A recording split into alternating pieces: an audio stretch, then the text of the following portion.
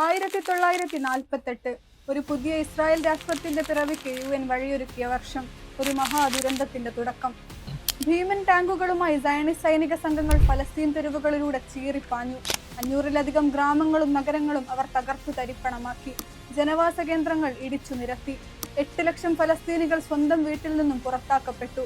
മനുഷ്യത്വം തെല്ലുമേശിയിട്ടില്ലാത്ത ആക്രമകാരികൾ 15,000-ഓളം ഫലസ്തീനികളെ കൊന്നൊടുക്കി. അവരെ അവരുടെ ഭൂമിയിൽ നിന്നും തുടച്ചു നീക്കി. ചരിത്രത്തിൽ ഇത് നഖബ എന്നറിയപ്പെട്ട വർഷം. ആധുനിക ലോകം കണ്ട ഏറ്റവും വലിയ വംശീയ ഉന്മൂലന പദ്ധതിയുടെ ക്രൂരമായൊരധ്യായം. ആ കൂട്ടത്തിൽ 7 വയസ്സ് മാത്രം പ്രായം വരുന്ന ഒരു കൊച്ചുകുട്ടിയുണ്ടായിരുന്നു. പിൽക്കാലത്ത് ഫലസ്തീനികൾ നെഞ്ചിലേറ്റിയ അവരുടെ ദേശീയ കവി മഹ്മൂദ് ദർവിഷ്.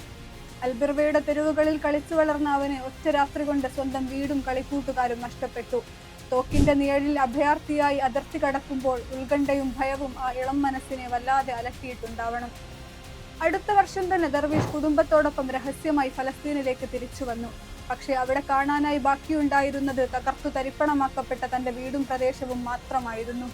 ആ സ്ഥലത്ത് പുതിയ 2 കുടിയേറ്റ കേന്ദ്രങ്ങൾ നിർമ്മിക്കപ്പെട്ടിരിക്കുന്നു.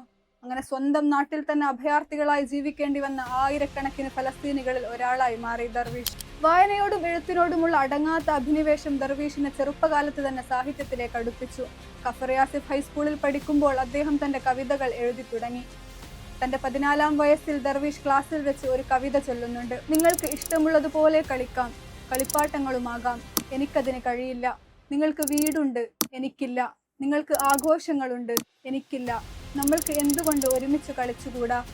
ഈ വരികൾ ഇസ്രായേൽ ഭരണകൂടത്തെ വല്ലാതെ പ്രകോപിപ്പിച്ചു. പിതാവിനെ ജോലിയിൽ നിന്നും പുറത്താക്കുമെന്ന് വരെ അവർ ഭീഷണിപ്പെടുത്തി. എന്നാൽ ദർവീഷ് എഴുത്തു തുടർന്നുകൊണ്ടേയിരുന്നു. 1964 തന്റെ 23-ാമത്തെ വയസ്സിൽ പ്രസിദ്ധീകരിച്ച ഐഡന്റിറ്റി കാർഡ് എന്ന കവിതയോടെ ദർവീഷ് ലോക ശ്രദ്ധ നേടി. സജ്ജിൽ അന അറബിയുൻ, എഴുതിക്കൊള്ളൂ ഞാനൊരു അറബിയാണ് എന്ന് തുടങ്ങുന്ന ആ വരികൾ അടിച്ചമർത്തപ്പെട്ട ഓരോ ഫലസ്തീനിയുടെയും ആത്മവിശ്വാസമായി മാറി. ഈ കാലയളവിൽ 5 തവണയെങ്കിലും ഇസ്രായേൽ അധികാരികൾ അദ്ദേഹത്തെ തടവിലാക്കി.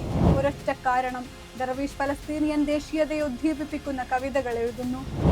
ജയിലറകളിലും നാടുകടത്തലുകളിലും അദ്ദേഹം തന്റെ തൂതിക ചലിപ്പിച്ചു. കുറച്ചുകാലത്തിനു ശേഷം ദർവീഷ് ഫലസ്തീൻ വിട്ട് സോവിയറ്റ് യൂണിയനിലേക്കും തുടർന്ന് അൽ-അഹ്റാം പത്രത്തിൽ ജോലി ചെയ്യാൻ കെയ്റോയിലേക്കും പോയി. അവിടെ നിന്ന് അദ്ദേഹം ഫലസ്തീൻ ലിബറേഷൻ ഓർഗനൈസേഷന്റെ എക്സിക്യൂട്ടീവ് കമ്മിറ്റിയിൽ അംഗമായി. PLO നേതാവും ഫലസ്തീൻ നാഷണൽ അതോറിറ്റിയുടെ മുൻ പ്രസിഡന്റുമായ യാസർ അറഫാത്ത് ഐക്യരാഷ്ട്രസഭയിൽ നടത്തിയ ആ പ്രശസ്ത പ്രസംഗം പോലും ദർവീഷിന്റെ പേനയിൽ പിറന്നതായിരുന്നു. ഇന്ന് ഞാൻ ഒരു ഒലിവ് ചില്ലയും ഒരു സ്വതന്ത്ര സമര പോരാളിയുടെ തോക്കുമായാണ് വന്നിരിക്കുന്നത്. എന്റെ കയ്യിലെ ഒലിവ് ചില്ല താഴെ വീഴാൻ അനുവദിക്കരുത്. ജീവിതത്തിന്റെ ഇടനാഴികളിൽ ഒരിക്കൽ ഹൈഫയിൽ വെച്ച് ദർവീഷ് ഒരു ജൂത പെൺകുട്ടിയെ കണ്ടുമുട്ടി. പേര് താമർ ബൻ അമി.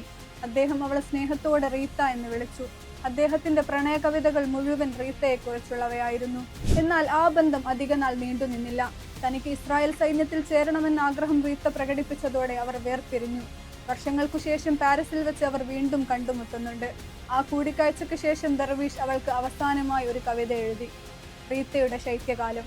ഒടുവിൽ എൻ്റെ അജ്ഞത കൊണ്ട് ഞാൻ നിന്നെ മാതൃഭൂമി എന്ന് വിളിച്ചു. പക്ഷേ മാതൃഭൂമികൾ പലപ്പോഴും പിടിച്ചെടുക്കപ്പെട്ടവയാണെന്ന് ഞാൻ മറന്നുപോയി. 1988 പ്രശസ്ത ഫലസ്തീൻ ബുദ്ധിജീവിയായ എഡ്വാർഡ് സെയ്ദിനൊപ്പം ദർവീഷ് ഫലസ്തീൻ സ്വതന്ത്ര പ്രഖ്യാപനത്തിന്റെ കരട് തയ്യാറാക്കി. അൽജിയസിൽ വെച്ച് പ്രഖ്യാപിക്കപ്പെട്ട ഈ രേഖ ദ്വിരാഷ്ട്ര പരിഹാരത്തെ പിന്തുണച്ചു. ഫലസ്തീനെ ഒരു സ്വതന്ത്ര പരമാധികാര രാഷ്ട്രമായി അംഗീകരിക്കപ്പെടാനുള്ള വഴി തുറന്നു. എന്നാൽ 1993 ഓസ്ലോ കരാറിനെ ദർവീഷും സെയ്ദും ശക്തമായി എതിർത്തു.